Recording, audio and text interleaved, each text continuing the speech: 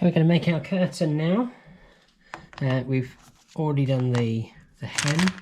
Just going to take up the sellotape we use to bind down this, and this is sat outside in my garden for a couple of hours.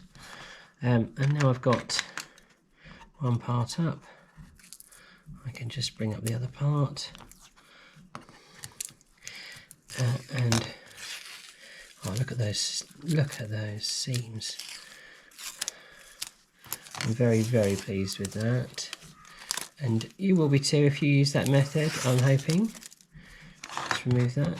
You'll notice, of course, I have my pegs, and I'm going to make a Roman blind, so it folds up and under, and it operates a little bit like this, but I'm going to do a couple of folds, and again I'm going to be using clothes pegs for this because they work really, really well in terms of holding the shape, and I'm going to be using wood glue.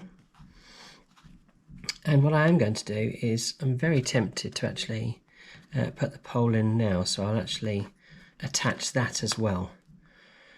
So, awful lot going on. Let's begin. I'm going to use the wood glue over the seam, so I can see the line of the seam. I pour that over there and then do another line just on top. Pop this in the very middle. It's not used for anything else. I'm actually going to put a clip on it now, and then put glue on either side here.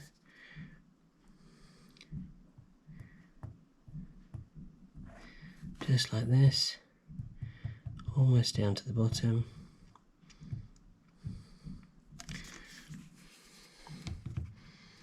So this is going to fold over then under. So it's going to do this sort of action, that, and then over and under again, like this.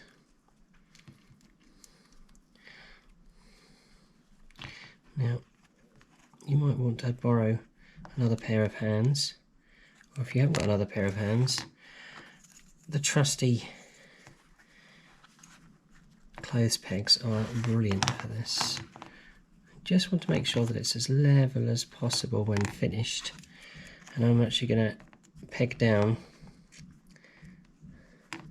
all those edges, and I might give this bit a little bit more glue.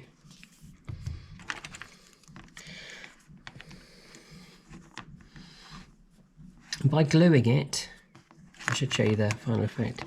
You get that effect. By gluing it, actually it gives it rigidity, as I've said before. So I need to leave that to dry, and then I'll show you how to hang it once that's dry.